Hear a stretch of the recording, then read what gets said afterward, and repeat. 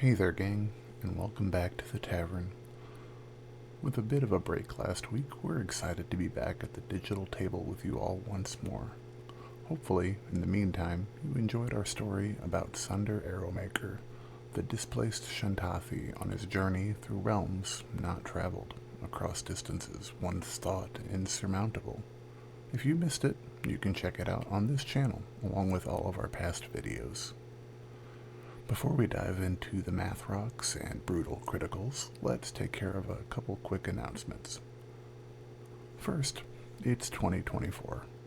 We all know how important self-care is, but thanks to a recent independent study conducted by top artificers, we now know that dice care is just as, if not more important. And that's why we recommend you help keep them as comfy as possible in these cold, cold times. As the time-honored saying goes, happy dice, happy life. Impassible Creations specializes in crafting comfy confines for your clickety-clackities. They have super awesome dice bags in 3 different sizes to accommodate even your most dragon-like hordes of math rocks. Based on your favorite fantasy flora, fauna, and even spells, check out their full range of dice bags, scrunchies, pillows, stickers, and initiative trackers over at impassiblecreations.com. And if you want to pick up something for that special dice set in your life, be sure to use the code YBIT24 at checkout for 10% off your order. Second, we want to shout out some independent artists on DeviantArt that have helped us out along the way. Check out Ellie at Perlaria, and as well as SirYorrick. You can find both of their contacts in the description below. Finally, please remember to like, subscribe, comment, and share with your friends. We're literally 5 subscribers away from reaching our first goal, and to celebrate, we'll be running a special PvP episode featuring our team from Abhaile, pitted up against a formidable team of taverners. So smash those buttons and spread the word. That does it for announcements, so let's dive in to the Legends of Abhaile.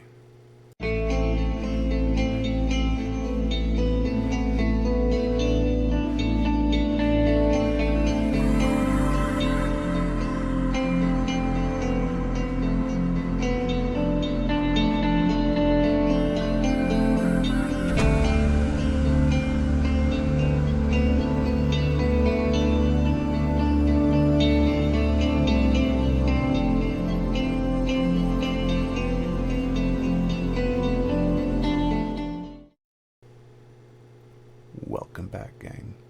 When last we left off, our party ventured forth from the village of Nikaranu after spending a couple of days under the shelter of Anna, the kind yet mysterious aged matriarch of the sleepy little hamlet. Bolstered by knowledge and a few new items, they set out into the forests of Mea'motu, trying to find the source of the dark corruption wreaking havoc across the island. Following the hunting trail of Shalla, an islander whose mind was taken by the darkness, they began their search as rain began to fall. Slogging through the tropical island forest, it wasn't long before our party encountered signs of life. A small animal perched in a tree, something between a cat, a sloth, and a turtle. With some careful dice rolls and the magic of Vargo, George the Shulkin was persuaded to join in on the adventures to come. Not wanting to be left out, a couple will-o-wisps and shadow hounds set upon the party, but were beaten back after some effort. And with that, we zoom back in on our heroes, taking a well-deserved rest after Shalla made use of the Whispering Vale, her newly acquired orb of black shadow glass. We finally have a direction to head. An intent to get there. So, we have completed our short rest, I believe, and I will open up the floor to you. If you guys want to, have any conversation before, or we can head out in that direction. Just let me know. This is like having taken the short rest. Or we can call it like during it if you want to. just so that we're not wasting time. It's whatever you want. I mean, you can mark your short rest. That's no problem. But if you just wanted to, like, if we wanted to, if you guys wanted to retcon any conversation, and that is totally cool. Otherwise, you're just staring at each other around a campfire. It's kind of odd. Odd to you. I find it rather peaceful. Are you telling us what you saw in your vision? I guess I kind of look around and see what everyone's kind of doing, like if they're actually resting or just if anyone's paid attention to what I've done. Yeah, Vargo is staring at you, looking like he's waiting for a chance to say something when you snap out of it. Okay. Walk off into the woods.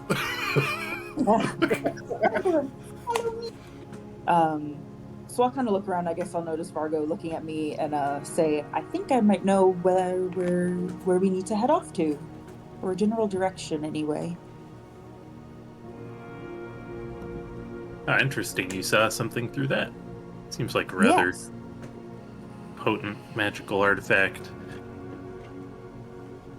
What did you see? I saw another one of the fissures. The blackness in the ground. And it seems like it's east of here. Just out of curiosity, what direction have we been traveling following this hunting path? Okay, so you guys landed here at what is going to become Tekor Harbor, and you guys have been making your way up this way, and have been going to about here, like up from Nicaranu, up in this, somewhere in this area, and Shalla would have saw the fissure somewhere like up in this direction. Oh, okay. Yeah, so I guess if you say it's kind of the direction we've been headed I guess at. it really, I mean, it is on the east side of the island. Maybe we can go with it that way. Yeah. But not to the east of where I currently am. I mean, yeah, way more like, maybe like hard northeast. But yeah. Mm-hmm. Yeah, you see Vargo's ears perk up a little bit when you say that. It's, oh, interesting. It's like we get to go a bit further. It's like we get to go what? Maybe a bit further than we were going to follow this. Or perhaps that's the one that changed Kala? Does it seem like the path is heading in that direction? Have we been on a path? Yeah, the hunting path. You want to make me a, let's call it a survival check.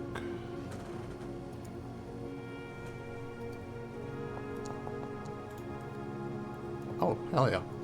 So, you're really not on much of a path anymore.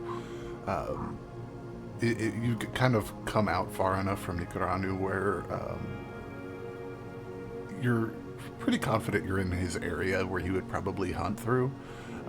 But you've probably maybe an hour or so back lost any semblance of a real trail. There's been like, game trails and like animal, paths cut through the woods here and there.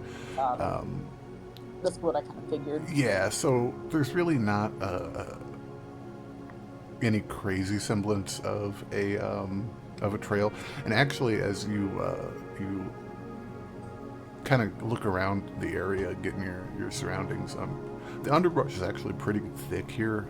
It's probably on the northern end of his little arc of his hunting trail. Okay. So yeah, there's a good possibility that departed.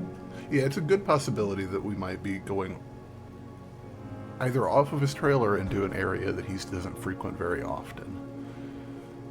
Okay.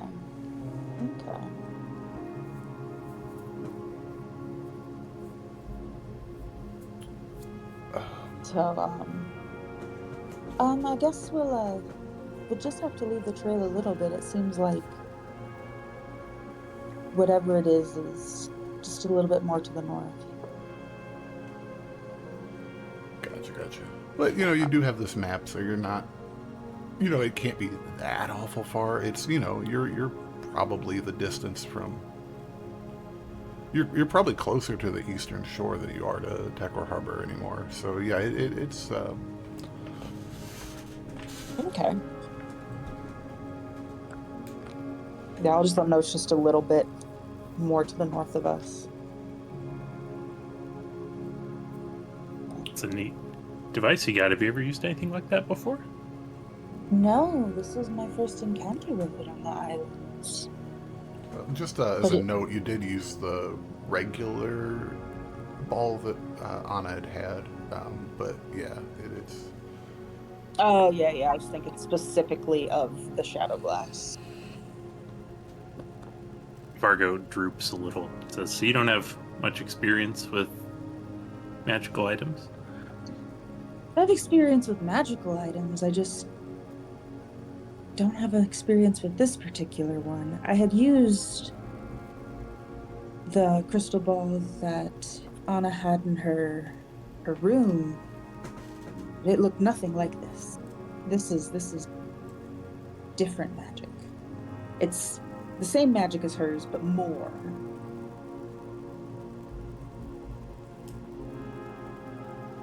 So, yes, a little inexperienced.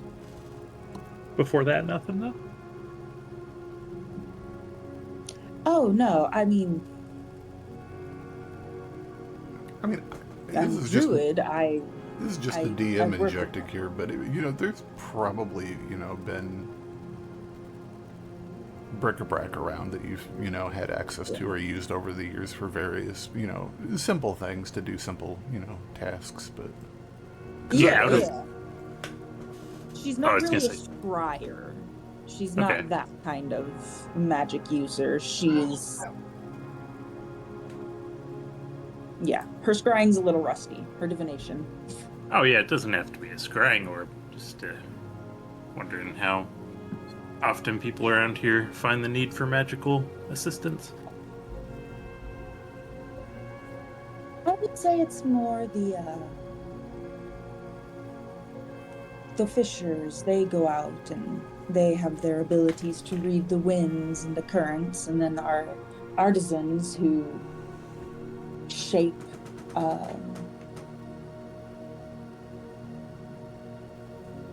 art and our daggers and those kind of things. And I just personally don't really use scrying magic, so... But we do have magic uses, just not a lot. So who around would know of this device? Or of this magic item? Is there anyone who on the island who you can think of that would be our go-to, our person to ask? Rainy. Aside from Anna, I don't honestly know. She seems to have been aware of this shadow glass, but I've never encountered it or knew anyone who had.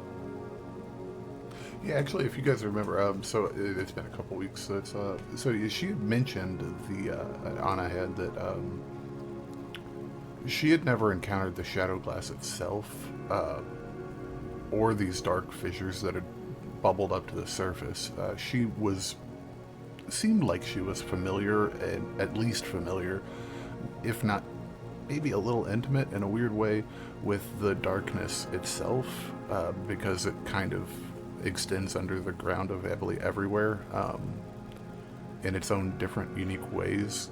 So she was familiar with the darkness a little bit. Just it had never incurred into the surface world, I guess, is the... So that we're in new territory there, as far as she knows. Okay, so it's almost like an underdark that's like trying to come up to the surface, or something from down there. Similar, yes, in a lot of ways. It's essentially what's happening is the Shadowfell, the Shadow Realm is overlaid with the Prime Material Plane. And is beneath it in a way. kind of inhabiting the warrens and tunnels that nature created beneath the surface through like lava tubes and caves and that type of thing. I had another thought that I was going to remember you guys. Oh, also, Shalla, do you want to make me a either Arcana or History? Okay. Just pertinent to the conversation. Okay. My computer's being weird. Ah, you're good. Take your time.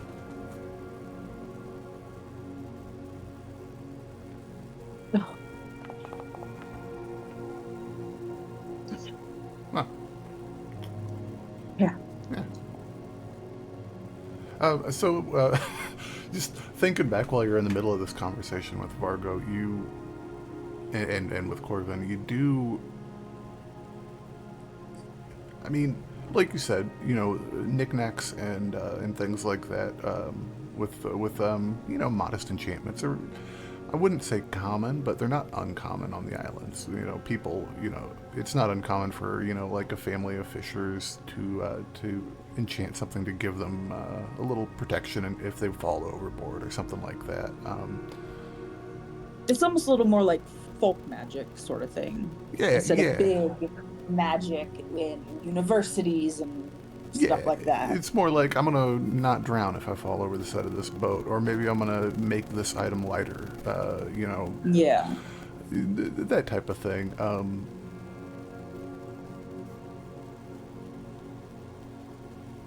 But If that makes sense. and then there's the obviously the Tomoatwi like yourself, and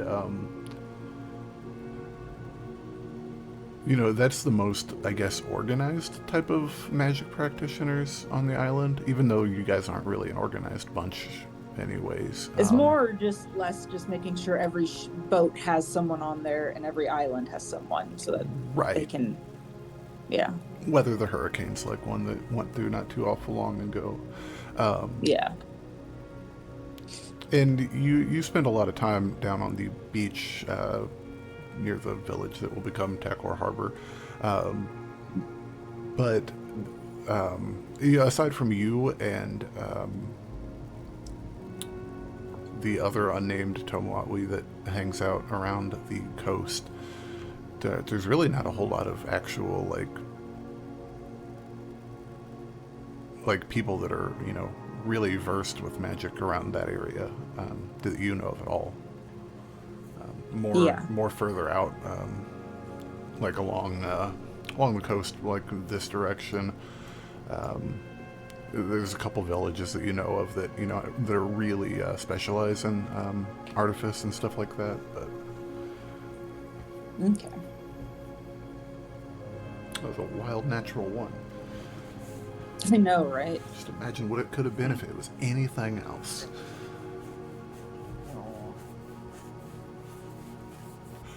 At least you guys haven't started rolling insight checks on the DM yet. Can we do that? You can. The DC's real high.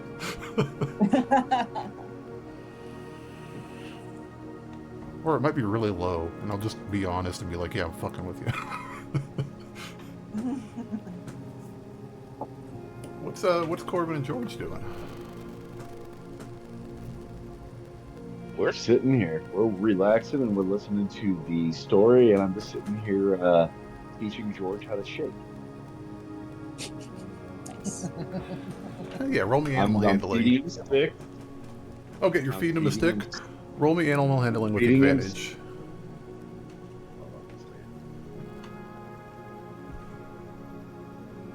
Pal World, Moanwi Island Edition. Not a problem. Not a problem at all. This refresh break was brought to you by Impassible Creations at impassiblecreations.com. Go check out some dice bags. Nice. Seamless toss. Can't wait to get my deep blue fuzzy bag myself. And I'm kind of excited about it myself, man. And I mean that in the most non-inappropriate way. There we go. There we go. Hey. Okay, since those were 6 and a 9, or was that Yeah. Yep, So 16. 11. 11 is not bad. What we're going to do, I'm inventing this on the fly. I'm going to call this 2 points in favor of training George. And we'll continue this whenever you want to, and when you get downtime and breaks. And we'll just make an arbitrary goal of, say, I don't know. We'll just make an arbitrary goal, and when we get there, we'll get there. I've taught him how to dash so far, and we're continuing to grow as we go. Working on him not going to the bathroom on my back, but he's That got the is dap a down perfect. feature, not a bug.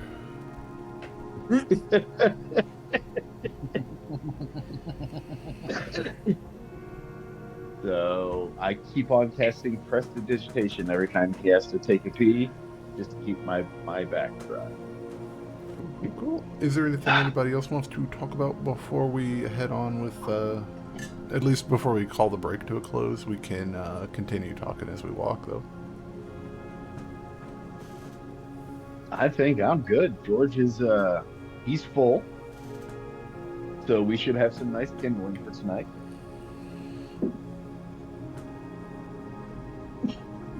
I don't remember who did the last one. So everybody roll me a d20. We're playing rollies here. Excuse me. Strong offering by Scylla.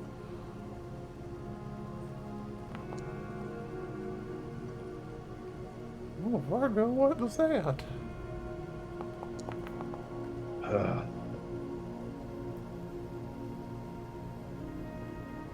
What? How do I reset this damn thing? God, I'm an old man when it comes to technology. All right, listen, ignore this roll. It's the only way I can get it to. Oh, did you accidentally click on the d12 down there? Yeah, and I couldn't get it off. I learned my lesson on that. If you click it and you don't want it there, if you left click it, or right click it, sorry, if you right click it, it'll go away. I accidentally rolled like 38 d20s one day, and it almost killed my computer. Oh my gosh. Yeah, it works. It works. Yeah. Okay, cool. With a natural 20, Corvin, do you want to roll me a different, separate d20? This is just for our travel. And 11. Let me look at my notes here. Okay, the rain lets up and actually completely comes to a stop in the next couple hours of your guys' journey. It starts off slow. It goes to a low sprinkle, and then it finally stops pittering. You still hear constantly around you the drip, drip, drip of water coming off of the canopy leaves of the thick forest come around you, hitting into the ground in puddles and on other smaller leaves down the ground. But it gets much thicker here, to the point where it's kind of a real slog to get through. There's I'd say chest high grasses and fronds that are growing really tightly together here as the canopy itself starts to thin out, so that more light can reach the forest floor. So it takes you guys a little bit extra time. It takes you, where it normally, as a crow flies, would have probably taken, just as to put it in reference, where it would take you 30 minutes to get through an area, it takes an hour to get through that area, type of thing. So it slows your travel down a little bit. But yeah, so you guys are slogging through the underbrush. You guys are open. So we are currently heading out. I will let the rest of the party then know about what I told Vargo about how there seems to be another fissure to the north of us. Okay, cool. And just a thing to throw this in there, guys, because we haven't really talked about it very much. When I do travel, basically I've got a random encounter table here. And it's not just encounters. Sometimes it's something like this, where your progress is slowed by an hour, basically, or sometimes your progress, you gain time, type of thing. Anytime you're coming up against a situation where the elements or the environment is working against you, you guys are more than welcome and encouraged to use your spells or abilities or any of your items to try and remedy that situation if you want to. Totally up to you guys. But then, so we'll do our travel segment. We'll roll the dice, and then you guys can, if you want to do any role play for that segment, you're welcome to. If not, we'll move on to the next travel slot.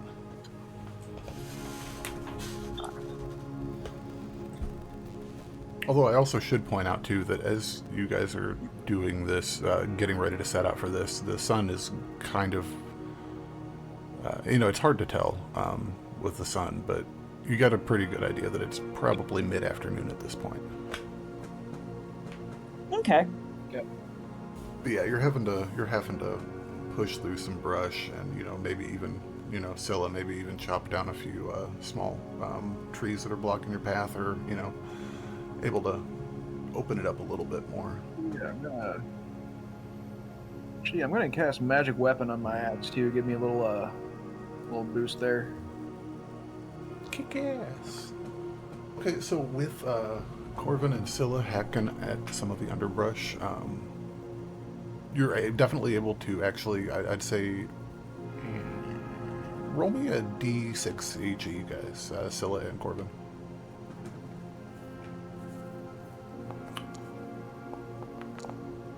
Yeah, 4. 3 and a 4, and I'll give Scylla an extra 2 for the magic weapon. So yeah, you guys are able to get yourself back on track. There's really not a schedule. You're not, no real crazy deadline or anything, but you're not losing time anymore. You're able to make it through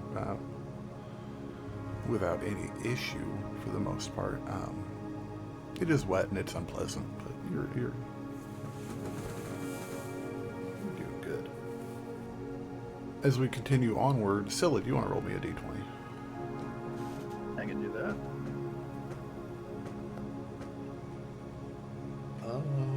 10.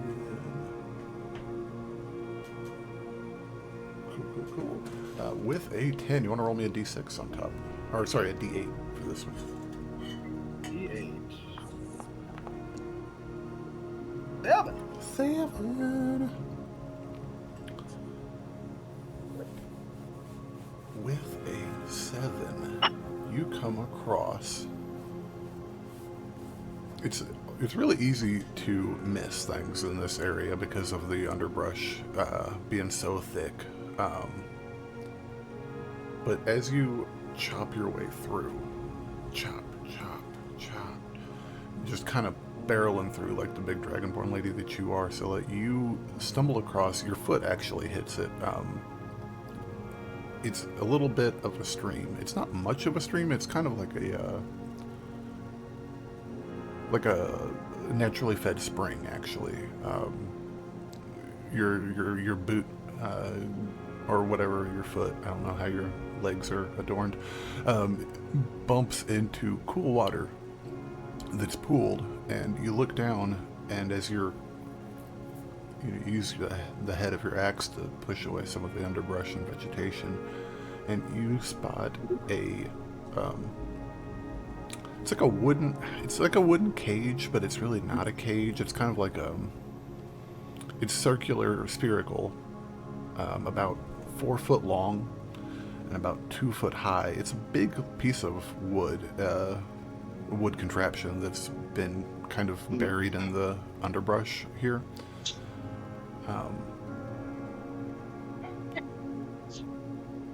It's like, so just trying to explain what it looks like.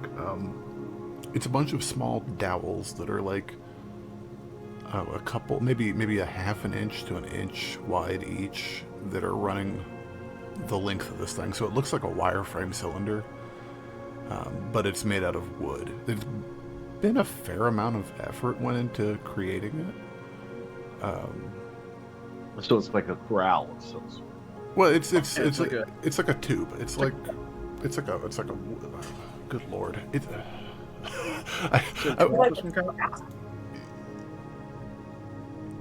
For the sake of narrative, and because you guessed it, I'm just going to go ahead and say yes. It is it's a small corral. A trap, like a freshwater trap.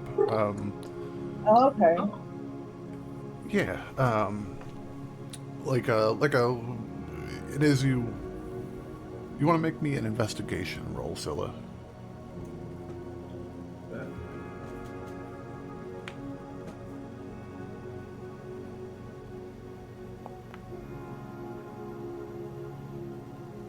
For a 12. Heck yeah. It's really not that hard to see what's going on here. It's been left here and ignored for quite a while. Maybe it was forgotten. Maybe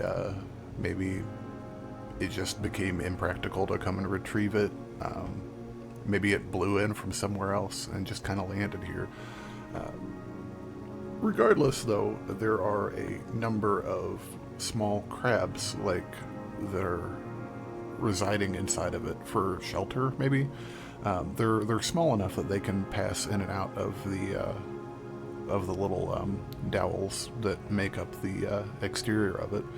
But yeah, they're just happily milling about. They're small. They're maybe like a silver dollar sized little crabs that are just hanging out in there, that seem to be kind of native to that little naturally occurring spring. Dinner time. I mean, where there's a will, there's a way.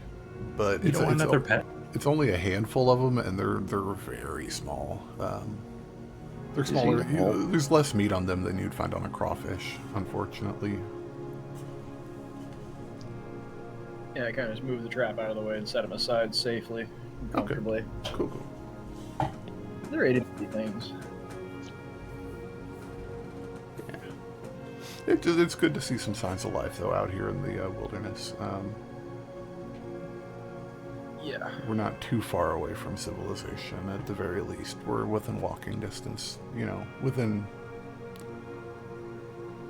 not in the unknown yet. Within fleeing, if we have to. As you guys continue on, the thick underbrush kind of gives way after a bit, almost to the point where it's kind of like putting two and two together in your mind. It's a good possibility that naturally occurring spring might have encouraged and fed some of that thickness of that overgrown vegetation.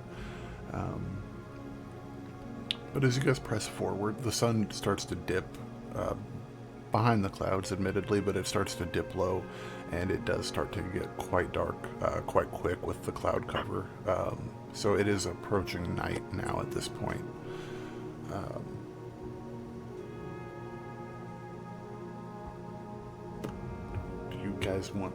What you guys want to do? Do you want to try and find a nice place to camp out, or do you want to see if you can find some shelter? What's the plan, Scam?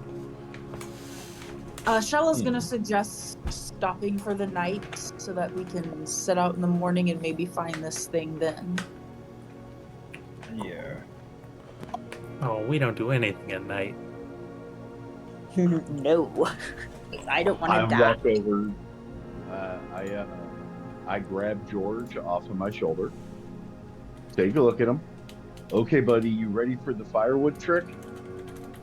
And I hold him, and his two little legs are just running, dangling as if he's just trying to run. And then all of a sudden, just out comes the big old log. I use prestidigitation, lights it on fire. We've got a nice little campfire going. I love it. I grab him in my arm. I start petting his head. I reach over with my fist, and he just reaches up with his little paw and gives me a dap, and then puts his hand back down, and I go back to petting his head. Respect. I say, "He's a good boy." He starts purring a little bit. It kind of reverberates around the inside of his shell. He's a happy boy. Does anybody want to do any hunting or anything like that? Or do you guys... Yes. Answer my question. George and I'll go out looking for some food too. Okay. Scylla, were you going to say I'm something? going to build or the fire and hunt Yeah, I'm just gonna scavenge some firewood nearby, just so we have extra fuel for the fire. Okay, cool. So let's do that first, because that won't be too terribly long. Do you want to make me a nature check, Scylla? And while I'm out here, I'm just kind of contemplating the dreams I've been having too. Heck yeah. With a 10. They're trees everywhere. You're pretty sure that one's there is a good dead tree. It doesn't look like it's alive anymore, so you just start whacking away. Want to roll me give me a strength check. Or you want to make a battle axe attack? Either way, I'm open to... Already on it. I'm not particular. We're just having fun rolling math rocks. 22, no problem. You chop the shit out of that tree. Oh, and almost do natural max damage. Just about. Heck yeah. Yeah, you're able to, no problem. It's wet wood, it chops real easy. Might be alive. It's okay. There's a lot more. So yeah, over the next 30 minutes or so, you got able to knock that tree down and get it chopped up into some pretty comfortable chunks to handle for the fire, and get them positioned kind of close by so that they start to dry out a little bit. Yeah, no problem at all. Corvin, do you want to make me a survival check? 17, okay. An interesting true story. When I first started playing D&D way back in the day, I was terrified of survival checks because I thought that meant something horrible was about to happen, in which case my survival might not be a sure thing. I always thought it was just, you're out in the woods. Hey, to be careful. That's the way more sensible way to think about it, because that's the proper way. But yeah, no, I was like, oh okay. God, what's going to happen? You rolled a 9, you die. I don't know. I don't know what to tell you. Well, there's no rolling saves. There is nothing. It's just, you're dead. Yep. Sorry, roll better. I don't know what to tell you. So I took proficiency in survival and everything I could for like a solid year. Then I learned. 17 is no problemo at all. You spy with your little eye. You find a humongous chunk of interest. So with the 17, there aren't any animals around that you're able to find, except for George. And George isn't food; he's friend. Jiggle boy. And maybe it might be because of George. Who knows? But there doesn't seem to be any animals around.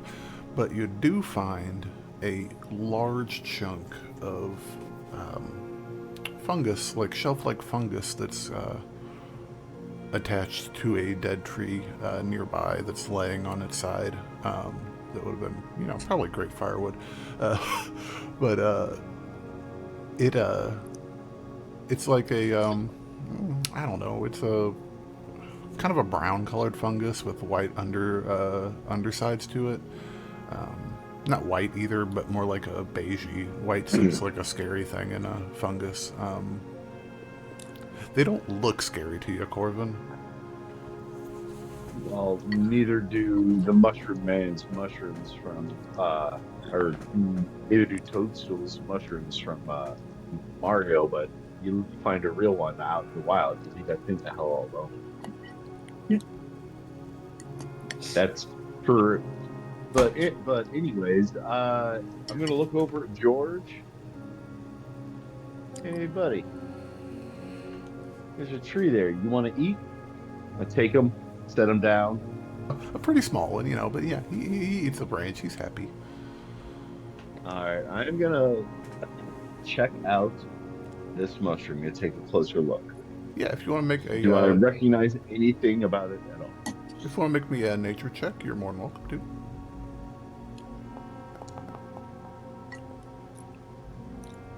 So that's a dirty 20. For a dirty 20. Actually is a really good point of fact. So Perigee Point is they call it many things. They call it the gateway to Moondrop Bay. They call it the doorway to the Empire. But when you look at a map that doesn't exist yet, it's really close to the Moanwi Islands. Actually, it's really kind of a where does one stop and one begin type of thing. So you're actually quite familiar with these mushrooms. They grow on Perigee Point as well. They call them insert mushroom name here. And they're... the Iceman. What's that? What'd you call it? It is an Iceman mushroom. Type that in Discord, and it is what it's called. Insert name, ISNM. Okay, so we'll call it an INSM. We'll call it an We'll call it that. I like that. It's a neat name. Alright. So it's an Isonym. It's an Isonym mushroom cluster, and they are, in fact, frequently chopped up and into little fillets and grilled over an open fire, and are considered quite a delicacy. So it's kind of like a shiitake mushroom, or not a shiitake. What's what I'm thinking of? It's kind of like a portobello that grows in clusters on a shelf. Yeah. I look over at George and go, "Thanks for saving me the good stuff," and I start grabbing that, and I gather as many mushrooms as I can that look safe, that I, and put them in my backpack. You also notice a red spotted mushroom on the ground. I'm gonna grab that one and put it in my pocket. A different one. Okay. Yeah, it's a very small mushroom, and it's not really part of that cluster either. I don't want to get the nature freaks that are watching this to get freaked out about it. Well, you know what? I'm going to take that one particular mushroom since let me run, or can I run another nature check on that to see if any kind of anything on it to see if I recognize it at all? I think you should go for it, man. Perfect. Ooh. Corvin's roll my Corvin. It might give you an extra life. You don't know. I'm going to take that, put it in a little glass jar, and put that in the center pocket. Heck yeah. As you go to reach for it, it starts to move along the ground away from you. No, I'm kidding. Oh, God, we're on the planet from Mom and Dad's season. No, I was thinking more like Mario, but, I don't want Nintendo to come hunting after us. They'll do the opposite of a sponsorship. This lawsuit's brought to you by Nintendo. Absolutely, though. Putting their foot on the neck of the little guy for years. So yeah, you get your funguses harvested, and you walk back to camp. It's not more than 10 minutes back to camp. If anybody out there wants to make me a freaking George the Shellkin backpack, go for it. That's adorable. We have merch opportunities, guys. But anyways. Yes, we do. Absolutely. Is there anything anybody else wants to do? Shalla, Vargo, preparating for camp? Shella's just gonna kind of poke around and find some useful herbs and stuff for whatever's brought back as a main meal. Okay. You want to make me a nature check as well, ma'am?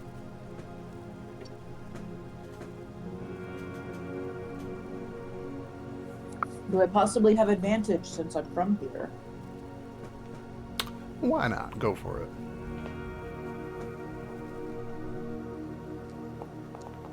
Oh, nice. Oh, absolutely. Not only with a 22, not only do you find a good handful of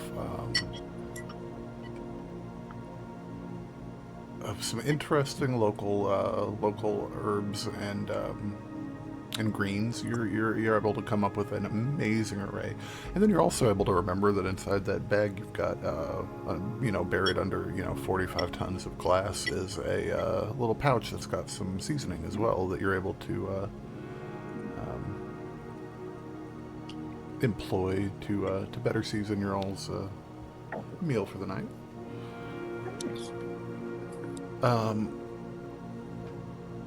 Is anybody in here proficient in alchemy supplies? Or herbalism kit stuff? I might have the herbalism kit, but I'd have to check. Yeah, I'd say if anybody's Shalla, probably. Yep, I have an herbalism kit. Okay, cool. You find a couple specifically fronded plant that are green in appearance, but when you touch them or when they rub up against your clothing or your leg or your arm, they turn a vibrant scarlet, and you are well aware that the islanders use these to make healing potions on occasion.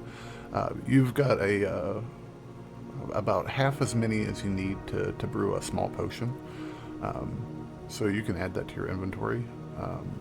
We're not Would gonna. this be a basic healing potion? Yeah, it's so it's half of the half of the resources you would need for that. But next time or any time you got some downtime and you want to do a little foraging, let me know and we can do that. Okay. I'm a big believer that those proficiency kits, they need to be used more often, and it can make things fun. Yeah. Cool. All right, so you guys get Corvin. You make it back to camp with your mushrooms and my buddy. your mushrooms and your buddy. Who wants to be the brave individual to cook this bad boy? What kind of check is that? It is a survival check.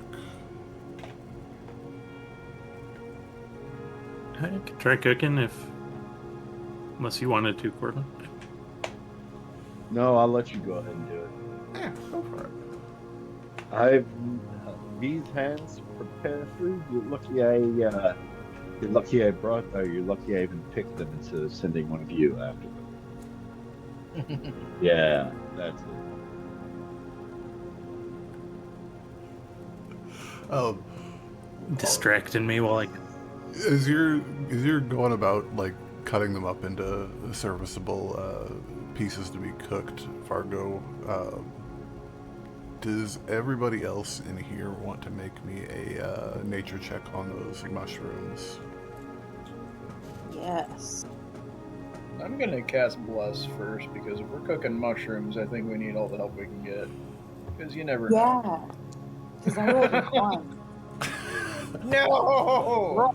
Well, Tonight. it's because she just rolled a 20. That's why it happened. Right. A lot of good that Bless spell did. Well, do add a I'm not even D4. gonna bother. The most it can give me is a 7, I think. That's good. This is such an interesting predicament. So Shalla's from here, and Shalla's definitely ate these mushrooms before. You've spent some time cooking, but you haven't really cooked a lot of mushrooms. You know that there are dozens of edible mushrooms on the islands. There are also dozens of non-edible mushrooms on the islands. And you remember specifically being told, because there are two distinct types of shelf mushrooms on the islands. There are the Iceman mushrooms that are a delicacy and that are consumed whenever found. And there are another shelf mushroom species that are bright red in coloration on the tops and are quite dangerous if consumed. But unfortunately, I can't tell right now which one this is. Yeah, you're trying to get a good look, but Vargo's cutting them up, and they're kind of that fleshy mushroom color on the inside. All of them are, so it's like, this could be good or it could be bad. I'm going to take a small bit of the mushroom and like a very, very, very tiny piece and kind of rub it on my skin. Okay, nice. George and I go, I didn't know this would be this kind of party. It is it rubs on your skin. Let me ask you a question. Is Shalla allergic to mushrooms? No, this is a way you can tell if stuff is harmful or not. Right, no, I just figured if Shalla was allergic to mushrooms, regardless of whether or not it was a good or a bad mushroom, it might be funny. Could be fun, who knows? She's from here and she consumes mushrooms, even if she's not always the one to prepare them. I had a really good friend in high school that was lactose intolerant and only wanted to drink chocolate milk, so... I know. But, anywho, yeah, you rub it on your skin and there's no reaction. It's completely fine. Good possibility. I'm gonna wait a little bit of time. Okay. Just happens. Well, I guess I can't wait too long because I probably want to eat it. Yeah. Because generally you want to wait an hour, but if we're preparing our food, that's probably not. I mean, it's up to you guys. You can wait a few minutes. It's no biggie. But after, I'd say 15 minutes or so, you're pretty confident that, and I'll say during that time, they can still be being prepared and cooked. How about I try and offer a little that piece that she just rubbed on her arm? I said, "May I see that?" And I try to offer to George to see if he'll eat it or not. You know, animals, especially indigenous ones, will stay away from things that are bad for them usually, correct? Yeah. Usually. I love it. Let's try to see if we can pass the George test. He must be protected at all costs. Eat this mushroom. No, I'm offering to see if he will. If he goes to eat it, I go, well, that either gives us our answer or tells us nothing. He takes it from you in his little hand, and he puts it in his mouth. And as soon as he puts it in his mouth, a little poop comes out the other end. But he eats it happily. All right. So George seems to like it, so we can wait to see if anything happens to him, or we can go about our day, or we can just try. George's body is a complex ecosystem. For every ounce that goes in, an ounce got to come out. I love it. Where you go. Someone get that and throw it on the fire. With the turtle? No.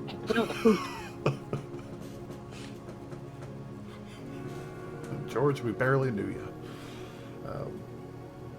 But anywho, I'd say after 15 minutes or so, you're pretty confident you're going to be okay. The DM's telling you guys you're going to be okay. I'm not going to murder you guys on a mushroom right now. At least not with this one. For that roll. Okay. You're like, so pretty much I am going to murder you, just not with this particular mushroom. Yeah, not in this situation. Okay. But, you guys... Shalla will kind of just be like, yeah. It seems to be safe to eat. Yeah, and in fact it is. You guys have a delightful meal.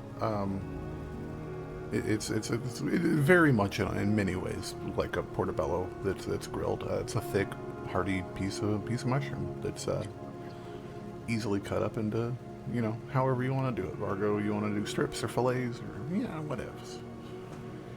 Tonight on Cooking Simulator. Yeah, just like cross sections of it. Yeah. Bread, bro. Have a good time. Is there anything you guys want to talk about before we press into the sleep before us? No, I'm good. Do you guys want to do watches for the long rest? I'll take the first watch. Oh, I'll let them take the first watch. Okay. We'll just do we'll do 3 watches. So sorry, one person will get to sit out, but it's all good. Shalla will take the last watch. Okay, that works. First watch. Do you want to roll me a d20? Yeah, I do.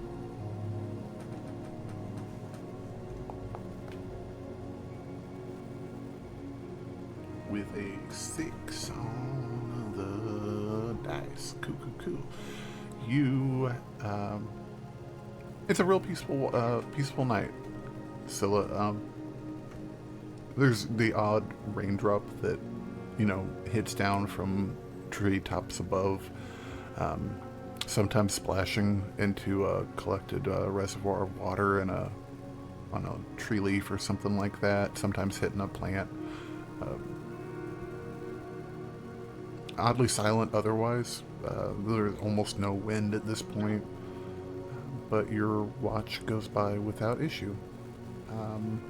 Next watch, would you like to roll me a d20? Yeah, I go and wake up Corvin, then I go to sleep. Cool. 5 more minutes. Go now. 3. Okay, Corvin, do you want to make me a perception check at disadvantage, Corvin?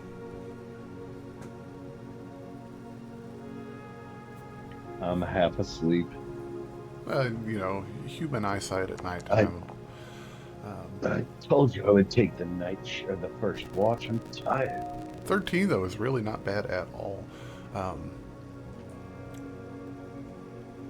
You're most of the way through your watch, Corvin. It's dark, it's quiet, it's not gonna lie, a little tiny bit boring as the fire crackles next to you. It's gone low, but you're able to, feed it enough that it stays lit, if not roaring. You don't want to draw attention or anything, but it's not cold out to the point where you need a real serious warm fire. But as it crackles and pops and you kind of get lost looking into it, you're just idly, kind of doing a one-finger pet on George's arm as he's curled up in your lap as you kind of watch around. Your bow sitting right next to you. And all of a sudden there's this just terrible racket above you in the treetops as there's just like swaying branches and flexing wood and tree canopy being disturbed. You look up, grabbing for your bow, just as a massive, probably 5 foot, 6 foot wingtip to wingtip owl takes off out of the tree, almost directly above you guys, before flying off into the dark beyond. But your watch goes by without issue. Oh God, I thought I was gonna have to kill an owl. No. Nah, he's just a jump scare owl. Just a regular old jump scare Yeah, owl. that worked for me. I got my blood pumping on it. And your watch comes to an end, and you wake up Shalla. And Shalla, would you like to roll me a d20? Sure. Being very happy that you got that natural one out of the way. Out of the way, hopefully.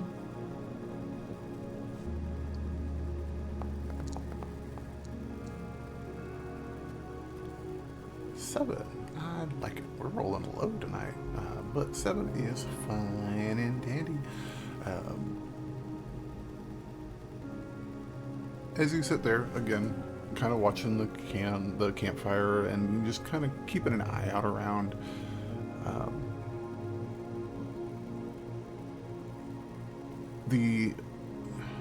there's still no sun out because it's cloudy. It's quite cloudy. But it does start to lighten around as daylight encroaches, pushing out the night. Off in the distance, you hear a rumble of thunder, and then another one, faint to the point where you could barely hear them, but there, and But recognize it as thunder? yeah, absolutely. Got it. Would use my abilities to just kind of feel out if this seems to be like a major storm, what way it's heading, if it's going to affect us. Absolutely, yeah. You can do that little druid craft or whatnot to, and you get the idea that there may be just a small 20-30 minute little clipper might push through here in the next hour or two. Right after sunrise, basically. Going to just be a little bit of a, but yeah.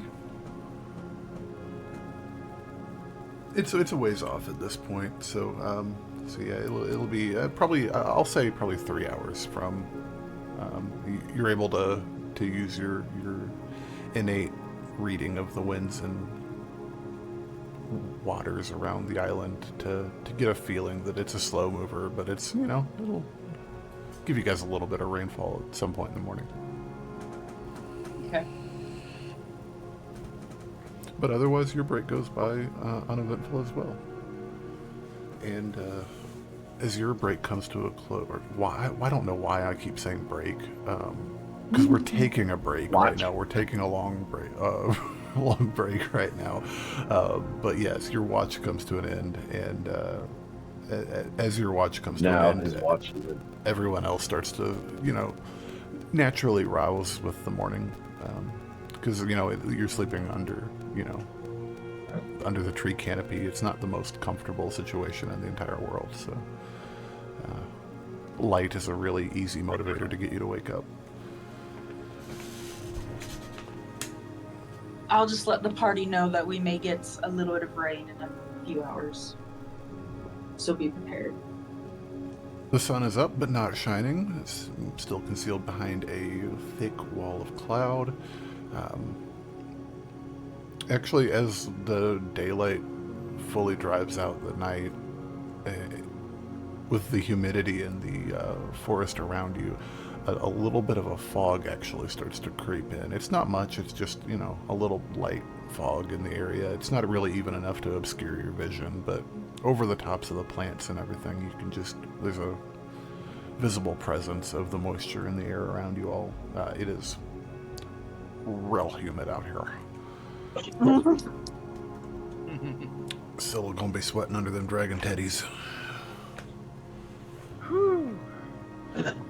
Where she keeps her money.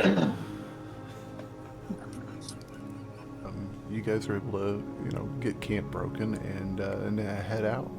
Still under the general direction of Shalla's scried assistants, and heading out. I believe the last person that we had roll a travel dice was Corvin. Then we did Scylla. So then we will now be on to Vargo. Do you want to roll me a d20, sir? And if you guys have anything you guys want to take care of in the morning time, we can do that in this as well. I am going to do a prestidigitation on myself and George. We're now back to daytime fresh. So just getting our exercises in, using the immovable rod for pull-ups. Nice. Such a great use for that. I love it. It won't fall off the door jamb either. We need to make like a great value version of it that'll occasionally just fall out of place so that you can use it like those door frame chin-up bars. It's called the immovable rod. It'll hold weight for 38 minutes exactly. Getting ready for the day, and it's actually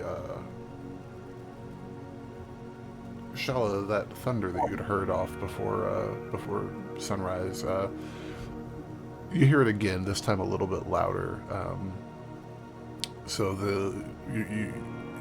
you're gonna get some rain in this next hour. It won't last the entire time, and it won't even really be enough to slow you down. But it does. For say 15 minutes, you guys get a little bit of wind and some heavy rain, but then it blows away almost just as soon as it came in. Okay. There was some thunder with it as it approached and as the storm broke, but there's not a whole lot of lightning in these storms traditionally, so just a little bit of wind and rain, maybe the odd clap of thunder, but not really even much to call it a full-on thunderstorm. Okay. Yeah. Then that will bring us to Shalla. It is your turn for a magical d20. A magical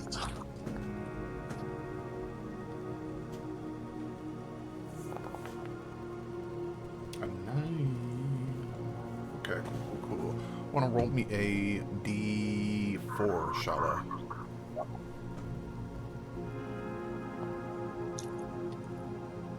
Maximum, whatever that was for. Cool. So as you guys are pressing onward,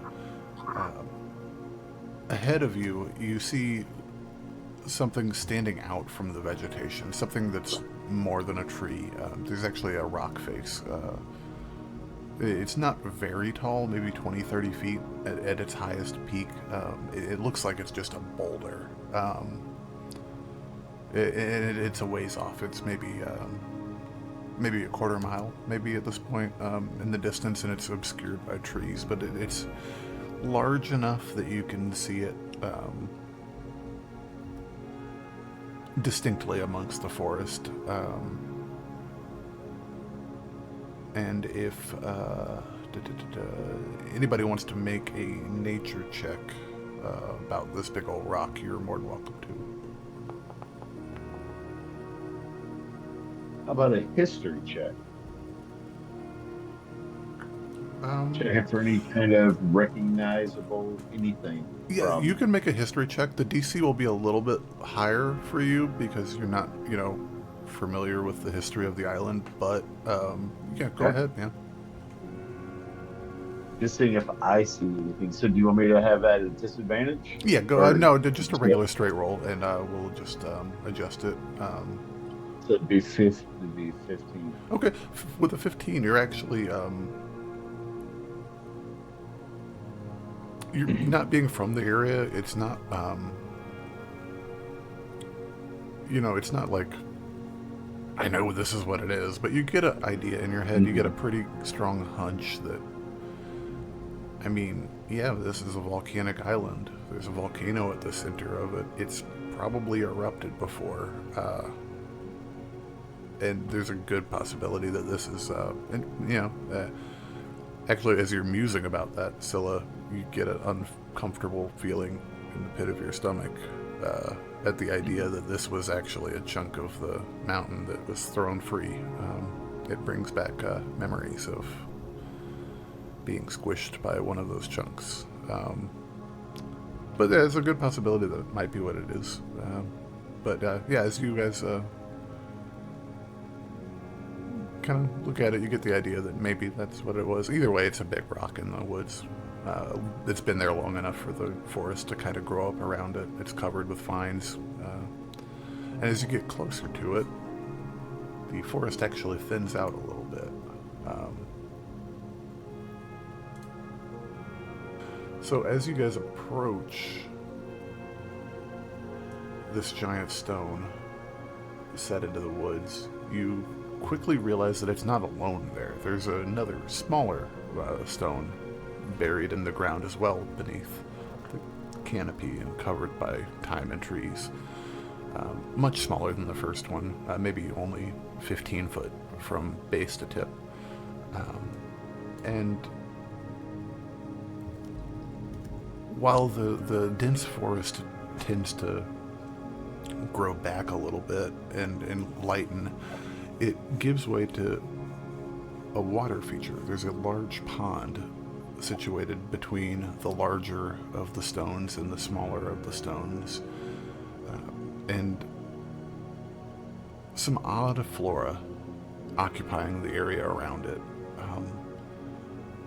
There are lily pads on the surface of the water as you guys get a little bit closer.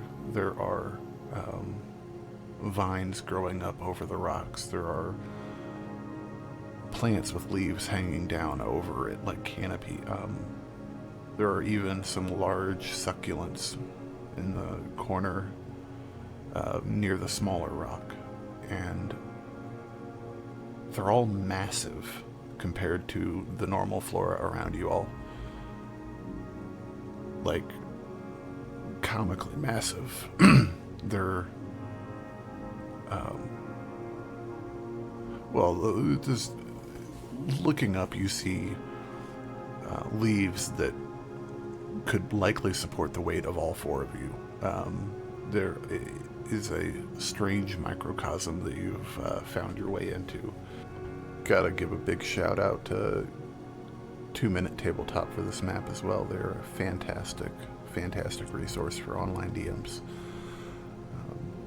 So yeah, you guys make your way through the dense forest into this kind of clearing, kind of microcosm of weirdness with all of these large, oversized plants around you,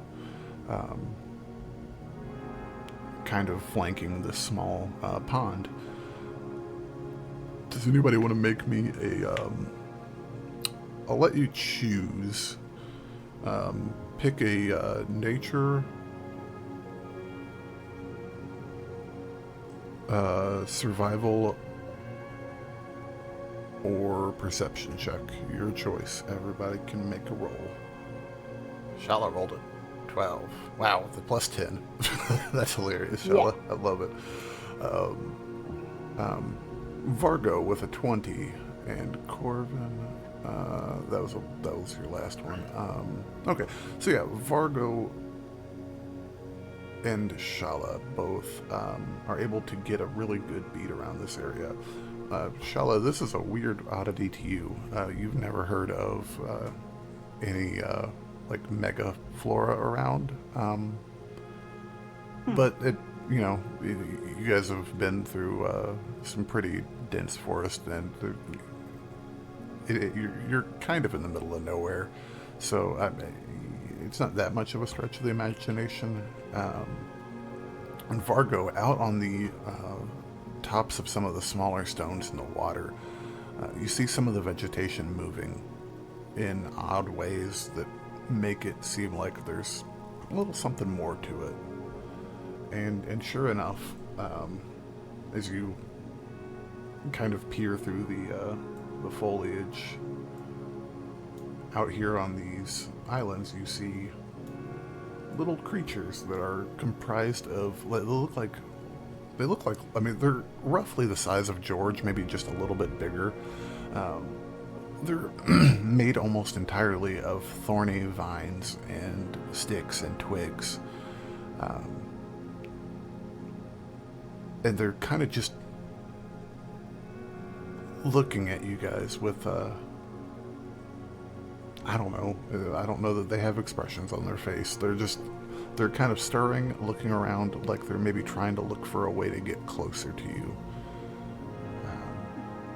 Yeah, I'm gonna look at them warily and point them out to Shalla. Are those... You know what those are? Those look like sentient plants or something. Do I know what those are? Do I need to roll anything for that, or do I just know them? Roll me a nature check just to be on the safe side.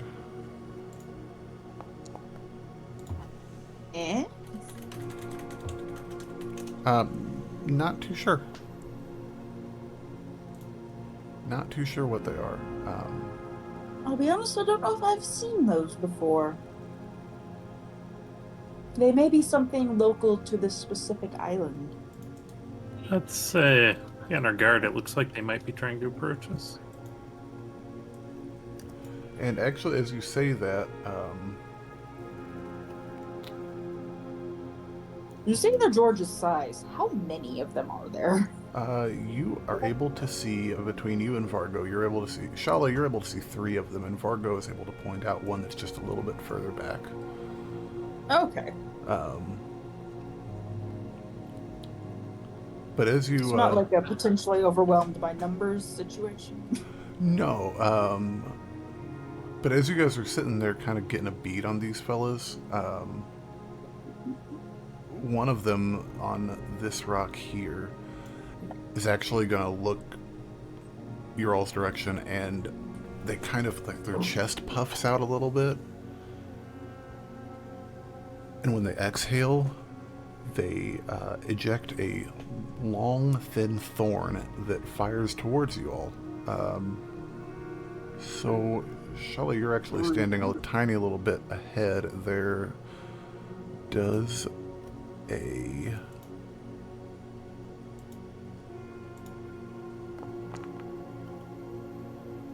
$14 hit you, Shalla? Yes. Okay, that will be 3 piercing damage as this needle it's a long way away at this point, as this needle kind of just like soars through the air in a big arc and bongs against you, and like, you know how like when an arrow like just barely hits and it's kind of like flopping there.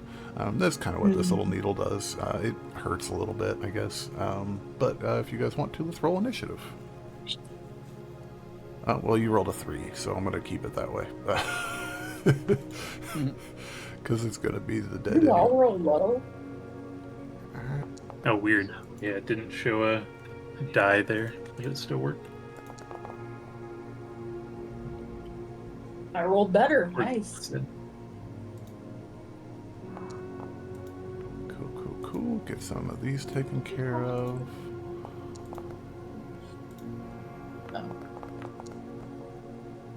Oh, they rolled real good, but not that great.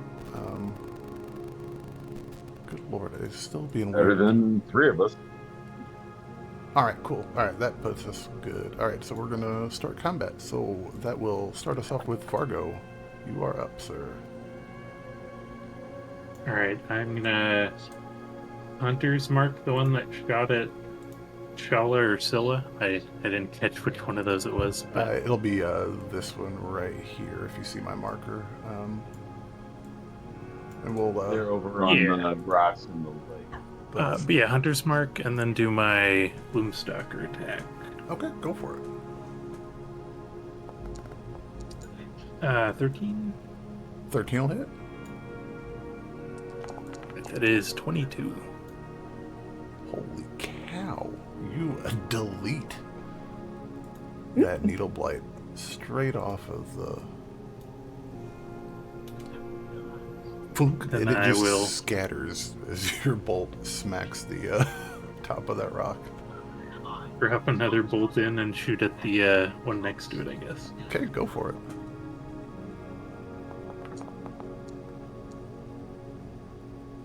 A 19 will unfortunately hit. 13 piercing for that. Okay, 13 piercing for that one. He is hanging on, but he is barely hanging on. He's got a bolt lodged in him. And then I will put my heavy crossbow away, and then I'm done. Cool. That brings us to Needle Blight. Which one is it? This one. He is the one that is barely alive. He's going to look at you, Vargo, and in thanks, he's going to shoot a needle at you. He's probably going to try. That is a 13 to hit. I'm sure that doesn't.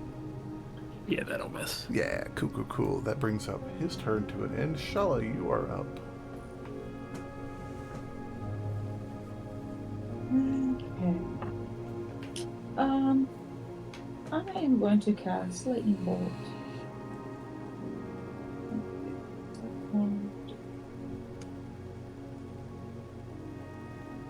Call Lightning. That's the one. Ooh, I like it. it. That's a favorite. Absolutely. Dex save feat of 15. Cool. Which one are you going to shoot at? The one that's closest to me. Okay, cool. So this little fella here is going to make a dex save. That'll be... And you guys just see Shalla's eyes start to crackle, and that storm that had just blown through almost seems like it's coming back around, and this time thunder is crashing all around, lightning is everywhere, and one big giant bolt flies down and deletes a needle blight on top of this rock as her lightning bolt incinerates it from the skies above. That storm does persist, though. That's concentration, correct? So you can keep doing that turn after turn. All right. Yeah, concentration, I think it's set up to 10 minutes. Cool. With that gigantic clap of thunder and bolt of lightning scorching the top of that rock entirely, you do notice movement underneath the surface of the water. Something rather large down there has been disturbed. You kind of see it over in this general direction, but it's kind of hard to tell.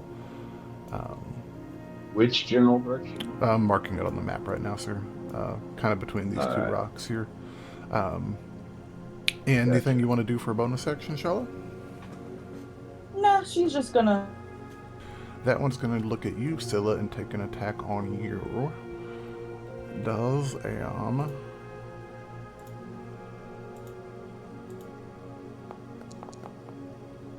Ooh, does a dirty 20 hit, Scylla? Yeah, that'll hit. Cool. That'll be 8 piercing damage to you, Scylla. Ouch. That brings that needle blade. Use my lightning rebuke on it. Oh, go for it. Yeah. Where the hell is that? Is that a con save or? Dex save, please. Dex save. All right. He's not good at those. He's really bad at those. Let's get that damage. Right. Remind me sometime too, and I'll actually homebrew you that spell. Yeah, perfect. It's going to take 13 lightning damage. 13 lightning damage is... he is barely hanging on as that lightning just... It's almost like...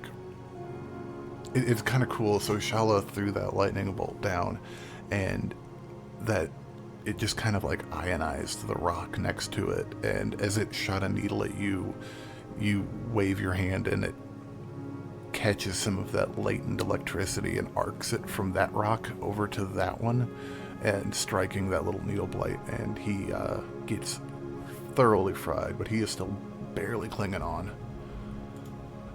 That brings that needle blight's turn to a close. Corvin, Matteson, you're up.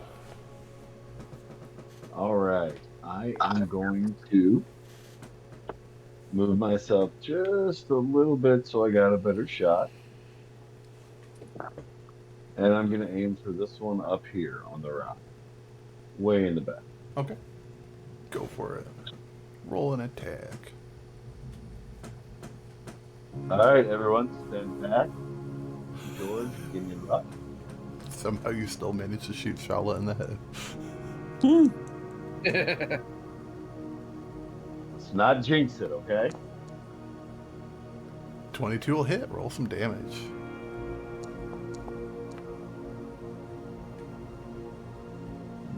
9 piercing damage. All right. He takes a good hit. He is still up, though. Getting up, hold on. I'm going to fire him again. Okay, go for it.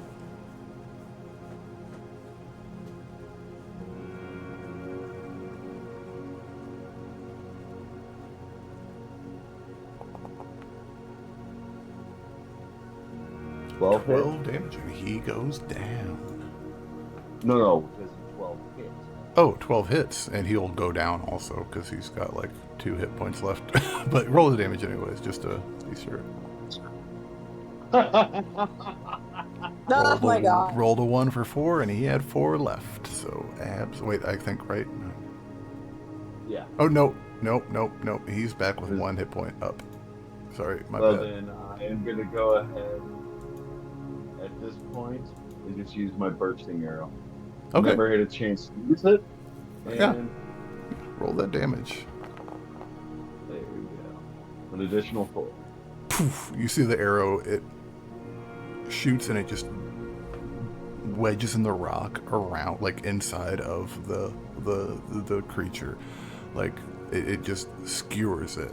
And then a second later, you guys see just a boom as it lets off a force explosion that just shatters it into a million little tiny sticky pieces. I take my bow, I slowly move my bow over to the right. I take my left hand, grab an arrow, reach over, give George some dap, and I'm going to use my action surge. I'm going to go for that last little son of a gun who's sitting right over here. Absolutely, go ahead. Scylla, did you load in finally too? Yes, I did, actually. Magical. 19 will hit, brother. 19 will hit. For 11 damage on the stick. He is still up, but he is a hurtin'. I move back over towards towards Shalla, and I say, you know what? You can finally finish off my light work yet again. All right, that brings us to Scylla. You're up. All right, we got how many of these? One left. One left. But also gonna- something underneath the water that Shalla noticed. I don't know if she told you that, though. That's your call. Gotcha. Oh yeah, if I have time to shout that out, I will. Yeah, shout you that got out 6 now. seconds of free talk. Yeah. Okay, yeah. I'll mention something big is moving in the water. All right. I'll tell you what. I'm going to ignore the needle delay, but I'm going to get closer up here, and I'm going to look and peer into the water and keep an eye out. Okay. Want to make me a perception check? We'll call it a free check, too. Okay. In that case, I'm going to take the dodge action. Dirty 20. Dirty 20, taking the dodge action. As a matter of fact, with a 20, looking over into the murky abyss below. Something that you weren't quite expecting to see. As a giant purple octopus looks up from below the waves at you. Wait, seriously? I mean, it doesn't look like that, but yeah, absolutely. Gotcha. No, it looks Does it just look like it's about to be helpful? It is. You got a dirty 20 on your perception check. It doesn't look happy. It looks like it's been upset pretty much by the rumblings and the thunders and the explosions. Gotcha. Gotcha. So dash action still holding, or do you want to? I'm totally. Or dodge action? Are you totally? You're allowed to. You know, that was a free action to do the check. So if you wanted to do something here, you're more than welcome to. Nope, dodge action. There's an attack coming in. I want to be able to... Yeah. Gotcha. Okay, dodge action taken. Top of initiative. That brings us to right before you, Vargo, actually. On the 20 count, we have off to your all's immediate right, which will be the south, I believe, in the grand scheme of things. You hear thump, and this creaking noise and this odd thump. And as you look over, moving your way is a large mass of vegetation that just clambers along with like pseudopod like limbs as it like 1 foot before the other, making its way directly towards you all, slowly as all get out, but is making its way towards you all, and it will join the world that we live in, as well as its friend over here.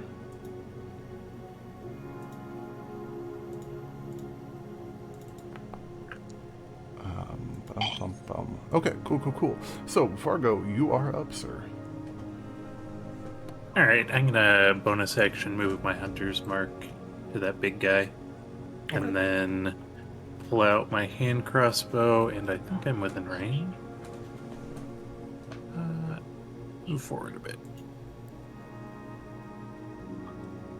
Just to the edge of the stream here, and then take a shot at it. Okay. 12. Oof, a 12 will actually, it'll hit, but it just kind of like lands in the pseudopod, and kind of like with Corvin's earlier shot, where it kind of just hangs there a little bit loosely, or the one that, sorry, not Corvin, the one that impaled Shalla a little bit. It just kind of hangs there, and then you just watch as vines start to grow over it, and it starts to assimilate your arrow into the collective that is the larger of its body pile. Okay. Yeah. I will back up 5 feet after that, and I think I'll be done. Okay. Cool. And that brings us to Shalla with 2 big threats present.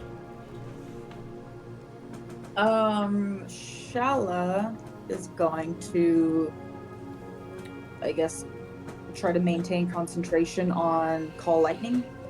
Yeah, you don't have to do anything to. If Oh, you okay, take no. damage, you'll have to roll to maintain your Got it. concentration. But otherwise, it just happens turn after turn until it's done. Got it. Well then, DC 15. On which one?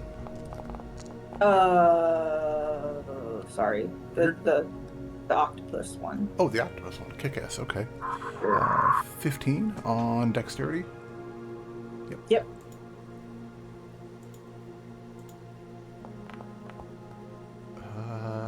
It's a 12. He's going to take a lot of damage. Holy cow. Yeah. Holy cow. Let me pull out a calculator to make sure I do this math right. That's a big hit, and that octopus is not having it. He's not happy at all.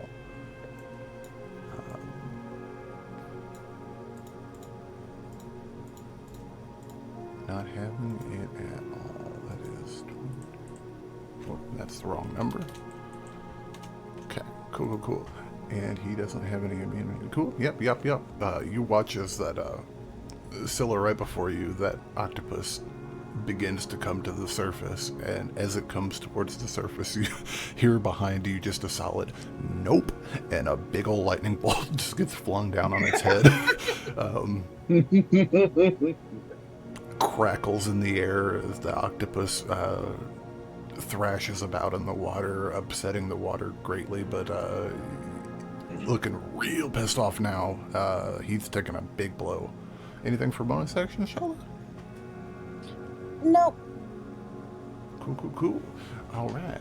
That brings us to the needle blade that everybody forgot about with a hit point left over here. He's going to shoot at Vargo. I see why not. With his little needles.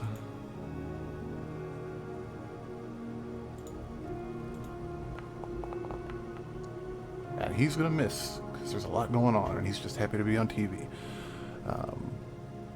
Also, real quick, just as a tiny little side note, I didn't want to do that, but it's going to happen anyways. Big shout out to SirYorrick on DeviantArt. They made the Twig Blight art that you guys are seeing, which is fantastic. They also did our Shambling Mound. He's pretty cool. Go check him out. We'll have him linked in the description. That brings the Needle Blight's turn to an end, though, and will bring us to the Shambling Mound, who is going to shamble closer. And he's actually going to dash and get right up in you and Scylla's face, Vargo, but that is his turn, and that brings us to Corvin. You're up. Alright. I am going to... Corvin is going to go ahead. He's going to see this thing getting close and not wanting to get his clothes dirty or put George in any danger. He moves further out of range, but he still has a pretty good shot and a chance of hitting Vargo for the first time. Gotta go for it, right? So we're going to go ahead. Yep, we're going to go ahead. We're going to aim. Actually, you know what? Slight change of plans. I was right here. I'm going to come down this way instead. Okay. And I am going to aim for the octopus. Absolutely, go for it, man. He does have partial cover, which is going to up his AC just a tiny little bit, but it shouldn't be a problem.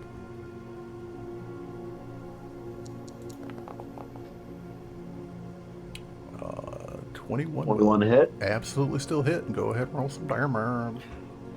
And I am going to use grasping arrow on it. Okay.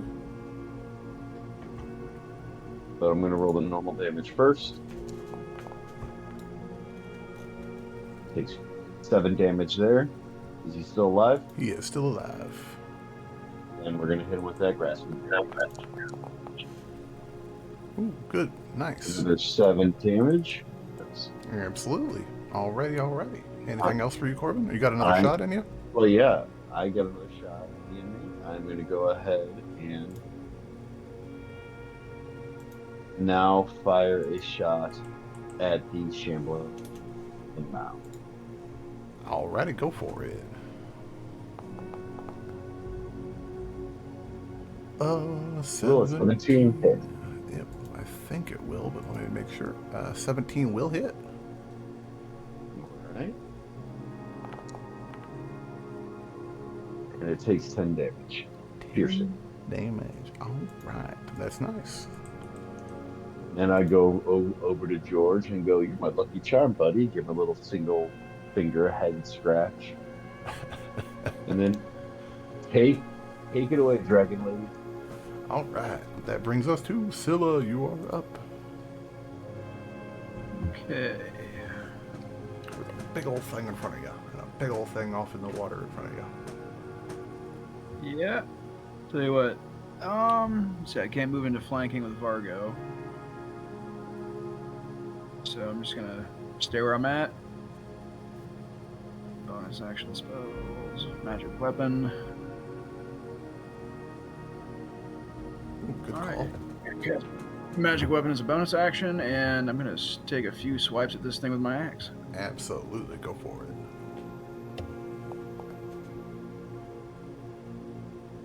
Ooh, 20 will hit. 30-20.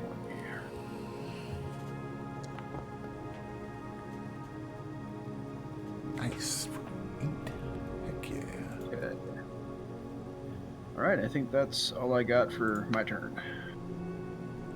Don't do math, kids. It's evil. Cool. Scylla's turn is up. The out of school children. And that brings us to the giant octopus, who is now being wrapped in a bunch of tangling vines. And it doesn't know that or care, and it's going to, it's going to try, but I'm on the ruler tool. It's going to move there. So you want to roll me that damage, Vargo? Or not Vargo, Corvin? Yeah, sorry. I decided to misname a different character pair. 6 damage. 6 damage. Q. He is taking some blows. Where's the octopus? He is at cool. He is looking a little bit rough. He is looking rough for an octopus. But the octopus is going to continue. Gonna try and take a strike at you, Scylla, with its long old tentacles that reach up.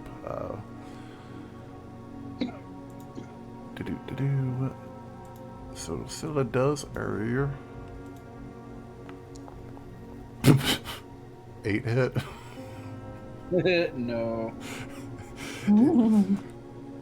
You're able to, something. you're able to backstep out of the way as a big old tentacle just flops on the ground, and it like contracts a little bit and like squinches in on itself, kind of like a scrunchie almost, and picks up a bunch of like refuse from the forest floor and just pulls it back into the water as the grasping vines are cutting into its flesh.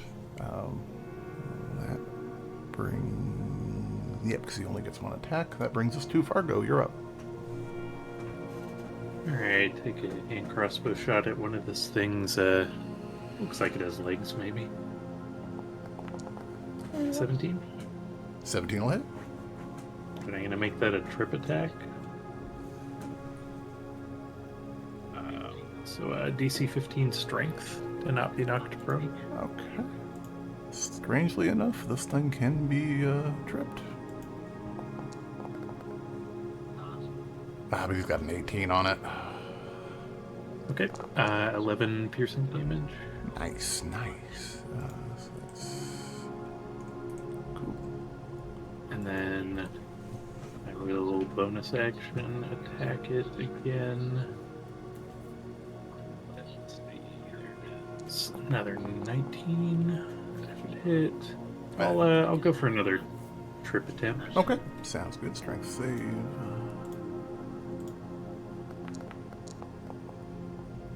Oof. Yeah, he's but 15 damage is hella good. Does he have Hunter's Mark also? Yeah, that's counting Hunter's Okay, Mark. cool. And then I'm gonna action surge and take another attack. Absolutely. Had a 16 hit? 16 will just hit, yeah. Actually, a 15 would just hit, but so it hits with a little bit of spare. Let's dump my last D8 superiority die and do another trip attempt. He, 16, 12 on the saving throw. He is tripped. Alright. I'm gonna move over here and then shout at Scylla to get it while it's down. Yep. And then I am done. Cool. Shalla, you are up. There is a proned out giant compost pile over here and an octopus that is trying to whack at Scylla.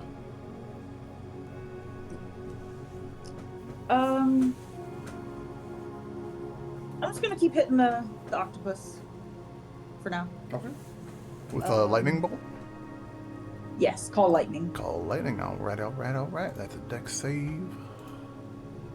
This poor octopus, he did not realize this was going to happen to him today.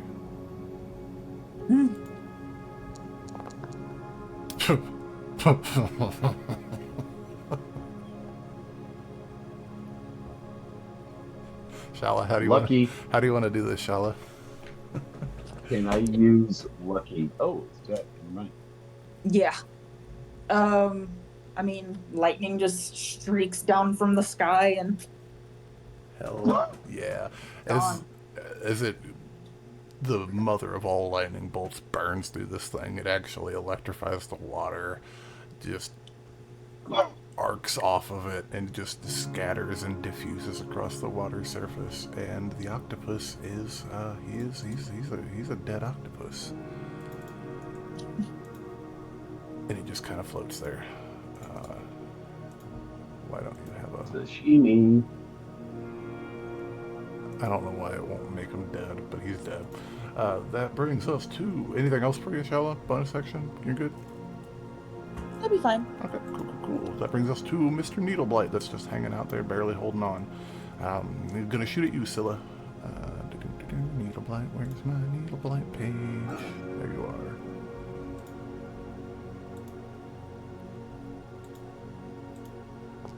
Oh, I don't know why I did that. Does a 15 hit you, Scylla? Nope. 15 hit is a miss. Okay, cool. It just into the grass beside you. But that brings us to the Shambling Mound's turn. He's going to use 10 feet of his movement to get up. Coming your way, Vargo. Does a...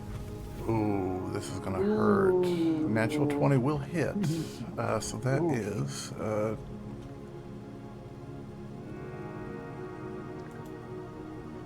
this might hurt a lot. 33 points of damage to you, Vargo. As it slams down on you. Ouch, alright. Yeah, that was a good hit. Yeah, those crits are nasty. I'm scared of them. And then he's going to rear up to do it again. Unfortunately, it's what he does.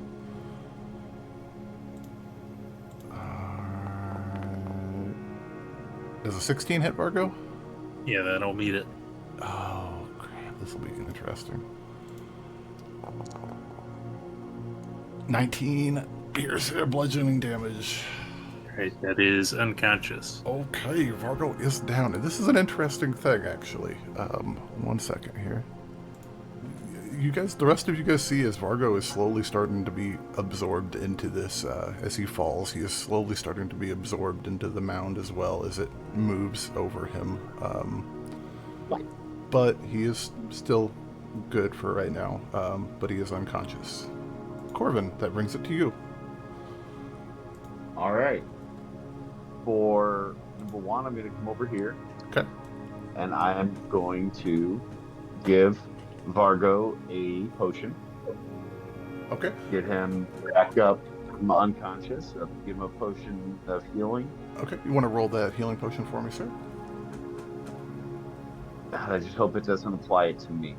Oh, no, it should be fine. I mean, either way. 8. So that'd be 8. 8 healing to you, Vargo. I Here, am going to a muffled scream.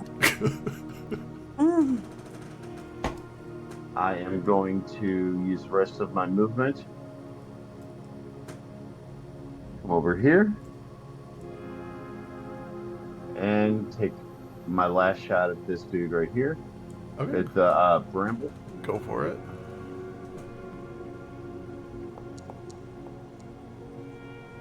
Nine will unfortunately miss. 9. Yeah, he unfortunately shall miss. But Okay, let's see if there's anything else I can do. the most important thing was done.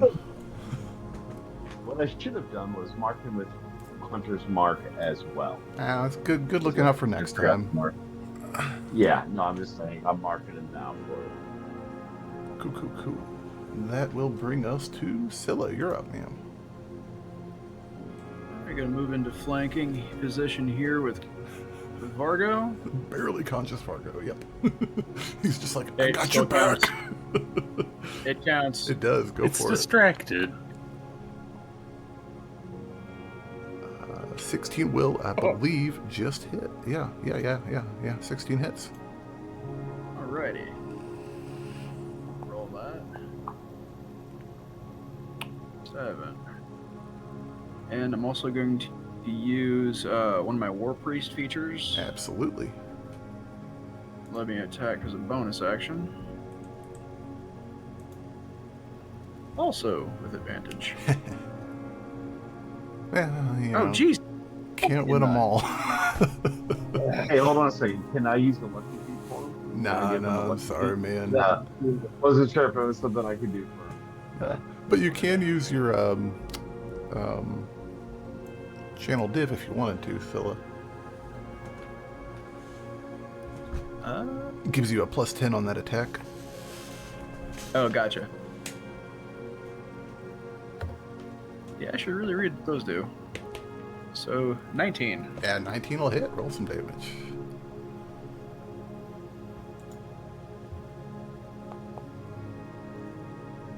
Eight damage. Heck yeah. That'll be. Man, we're doing some work. We're doing the Lord's work. We're chopping away at this thing. Anything else for you, Scylla? Yeah, that's my turn. That's your turn. Cool. Fargo, you're up, and I need you to do a thing for me. Will you do me a Constitution save, sir? That's why I took fighter first. Oh, and that one. On that one. So, you are now being engulfed by the mound. Not giving you another potion. So for the time being, you are We do have 2 heroes in the party. you are blinded, restrained, and unable to breathe. But thankfully, it's D&D, so you can breathe for like 35 minutes, I think. Hold my breath. And we'll have a con save on the start of the mound's term to see if anything else fun happens. Okay, so can't move and disadvantage on attacks, right? Or Yes, does sir. restrain do? Yeah, I'll give that a try. Also, just out of curiosity, we're doing actions for potions, right? I haven't used one yet, so I forgot. Potions on yourself, bonus actions. Potion force fed to somebody like Corvin did for you is an action, yeah. Okay. Yeah, I'll give this an acrobatics check then. A 22. 22, and he is going to make a contested.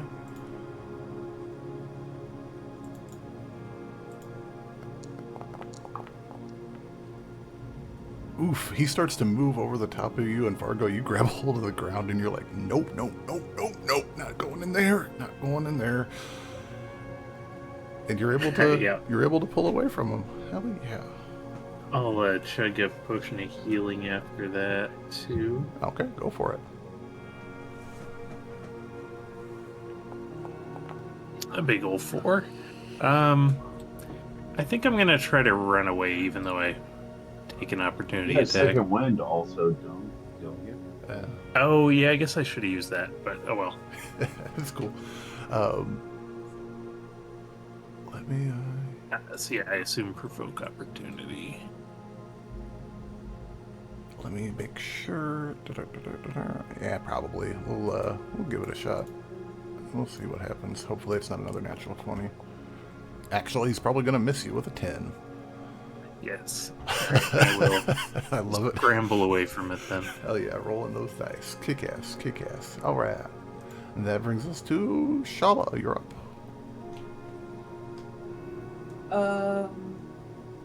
So that thing is what is left. Can I? There's also a needle blight out there on the rock shooting, but he's kind of not doing a whole lot. He's just trying his best. I ain't worrying about him right now. Can I turn my lightning, call lightning to that thing? I don't know what you're calling it. The shambling mound. Yeah, you can totally do that. Shambling. Yes. Dexterity save? Yes. He's really bad at those. Yes. This is gonna be hilarious. He's gonna take at least 12 damage. So. He's gonna take. So here's an interesting thing about that. Yeah. So shambling mounds, for some strange reason, really like lightning. Really like lightning? Yeah, they really like lightning. So he's actually gonna get some health back on that. He's gonna do what? He's gonna get some health back. Oh shit. Yeah, I've made this mistake before. I did hellish rebuke on a fire beast. I think we've all Matt done goes, it. no, go ahead and roll. And it's gonna do nothing because it's a fire beast, you moron. And I'm just like, wow, I've never felt so insulted before in my life. This is my Don't logic. believe I said.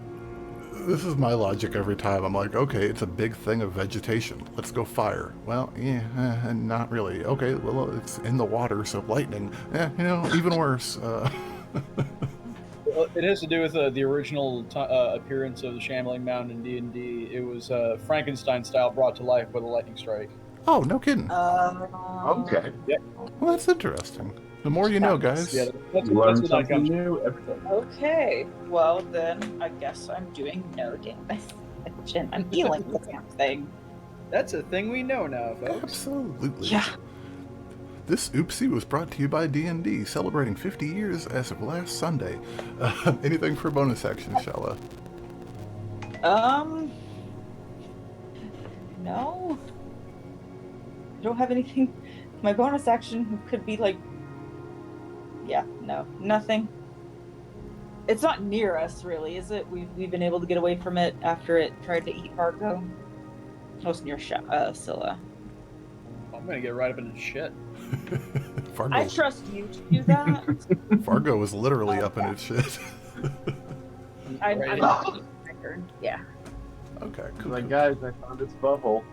Alright, and that brings us to the Needle Blight, who's just out there living his best life, trying his best. And he's going to shoot at Corvin. It's gonna take a 17 to hit. Yeah, he's gonna miss. He's trying real hard out there. He just wants to be part of the show. But that brings us to the Shambling Mound. He is going to look to you, Scylla, and make an attack.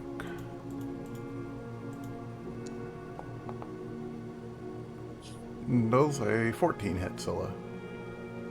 14 does not. Okay, that's a good thing. That's a great thing. Let's do it with the second attack. Does a 14 hit again? No. It still does not. Yeah. The trick with the mounds is they have to hit both of their slam attacks to be able to engulf. So it was just an unfortunate. Yeah.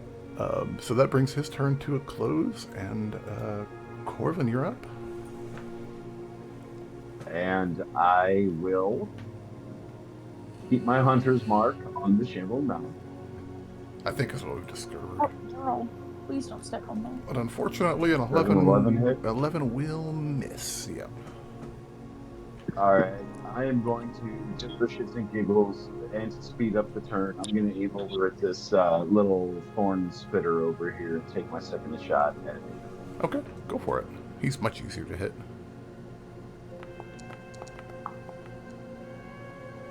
And 11 is exactly what you needed to hit him, so roll some damage.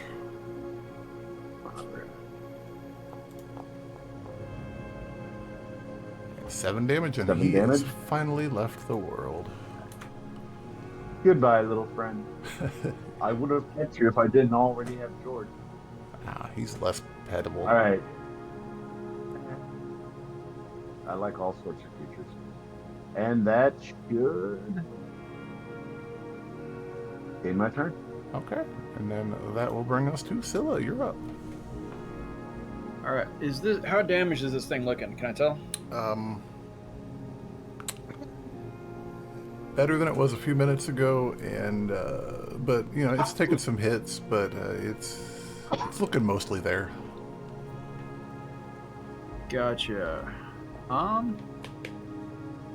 As a bonus action, I'm going to cast Divine Favor on myself. It gives all of my weapon damage an additional 1d4 radiant. Okay, cool. And I'm going to take my main action attack with advantage. Oh, I'm not flanking anymore. Okay, gotcha. Oh, duh. Fargo moved. He didn't want to stay. I don't know why. Yeah, understandable. I can still attack. Oh, buddy. No! Oh, buddy. Well, that was bad. He's gonna take a slam attack at you. Do it.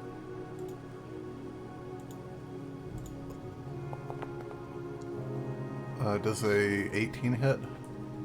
18 does.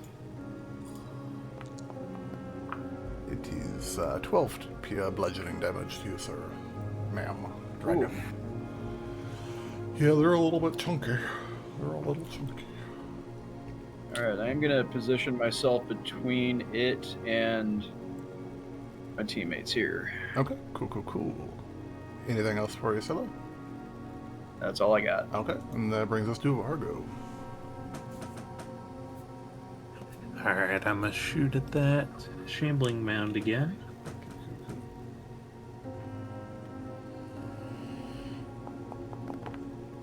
That's a 15 hit. 15 hits, just hits. Roll some damage. 10 piercing. 10 piercing, good. And a bonus action, a second attack. 4 for 9 more piercing. Okay, now it's looking Nice back. round, man. Yeah, nice round. Indeed, it's looking about back to where it was before Shalla gave it a little healing. Alright, I'll be done after that. Cool. Shalla, you're up. I Okay. yell over to Shalla real quick. It's a grass monster. I think it eats lightning for dinner. Okay. Then I'm gonna try Moonbeam.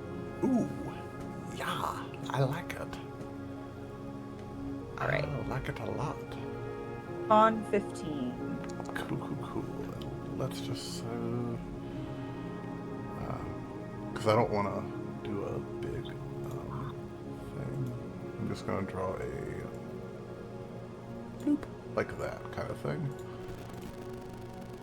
Con save for Moonbeam.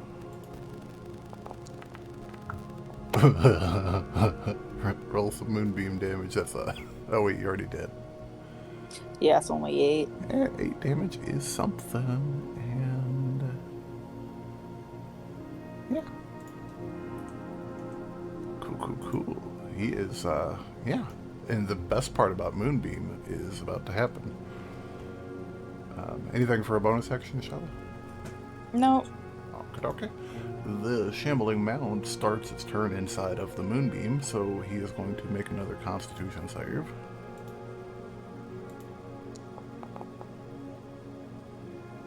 So 17, but you want to roll that damage again for me, Shalla, and he's going to take half of it. Got it.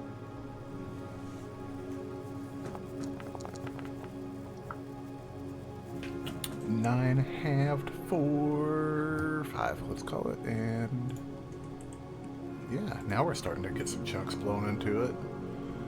It is going to slam down at you, Scylla. Bring it. Oof. 10. Nope. And for its second attack, it will be 14 to hit. Also no. Oh, lucky. All right. It looks really disappointed, but it is Corvin's turn. All right, I'm gonna knock an arrow, and we're gonna go for this big beastie here. Go for it. Hey, 18 will hit. 18 hit. All right. Damage attack. Your way. For another 6 damage. 6 damage. We'll take it And all then day. I am going to do another attack as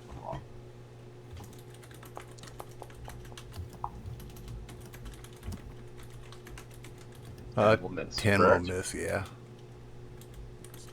Alrighty. Hey, I'm just happy I'm not shooting my team. Hey, I think they're all happy for that same reason. I look over at George and say, dude, your luck is wearing off. Help me out here, buddy. And then I pass my turn. He is doing the best he can. Scylla. I just reach down and I grab a stick off the ground and I feed it to him. Maybe he needs his spinach. He happily enjoys it. Scylla, you are up. Right, one big old swipe with my axe.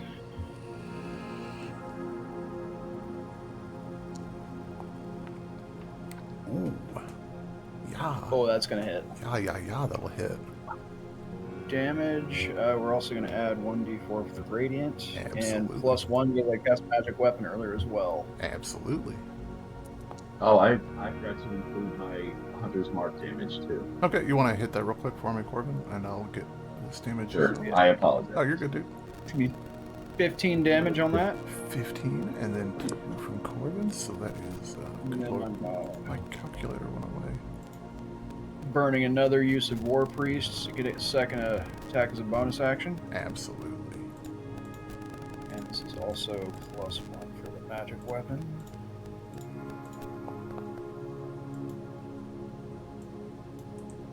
$17. 17 will hit. Damn right it will.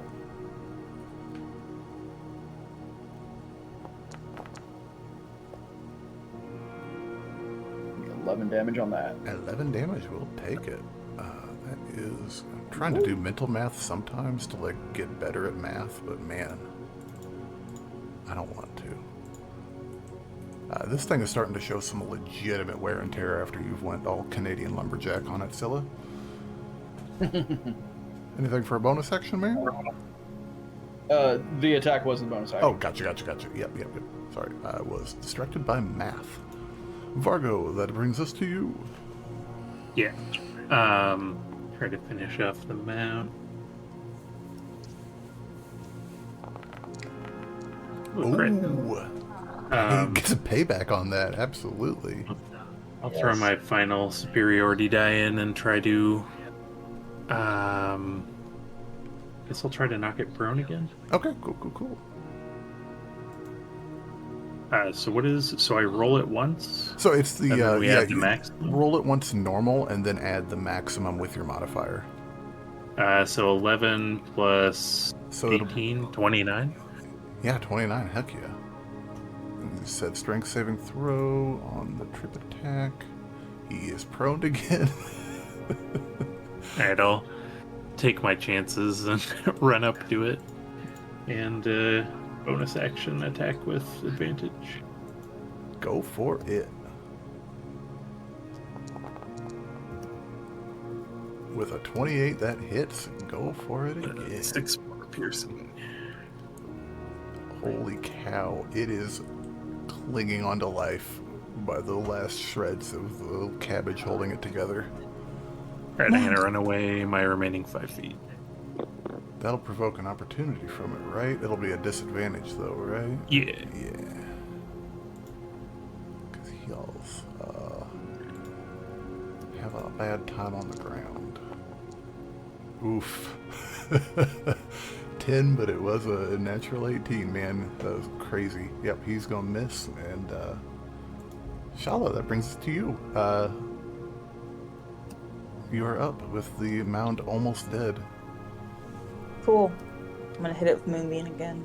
It's already in Moonbeam, so it doesn't like. Oh. Yeah, so you can do another. If you do with something that's not concentration, you can. Like if you have like a damage cantrip or. Oh, I see. Yeah. Yeah, it's Or like it's a a. leveled spell as long as it's not concentration. Yeah. Anything at all you want to do, and probably not lightning or fire. What about thunder?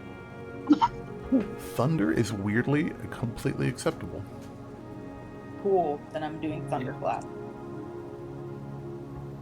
Cool. Got to probably move up to it though. I think. Right? Yeah, we're kind of in the way. Oh, sorry. Oh, you're good. Yeah, I'll just move up and do the thunderclap. Okay, go for it. Yeah. Thunder damage is 4. Cool, and that is Constitution saving throw. Yep. 15. Great.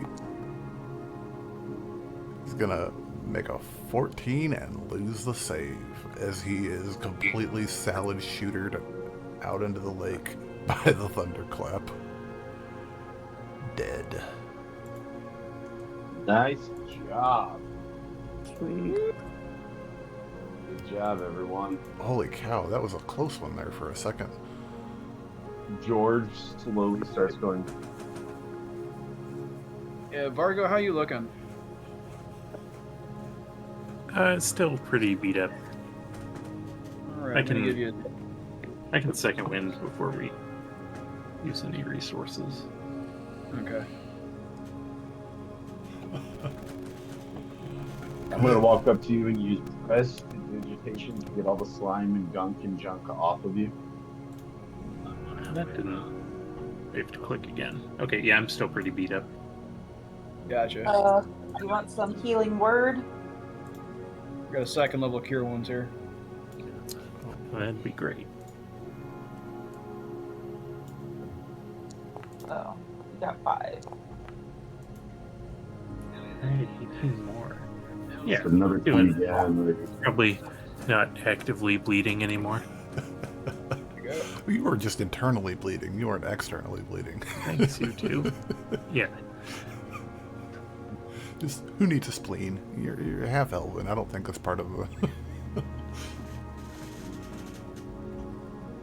All right. Well, shoot. It's gotten quite late here. That was a little bit longer than I expected. So let's just go ahead and call it here. Not We'll enough. pick up. We'll pick up here next week.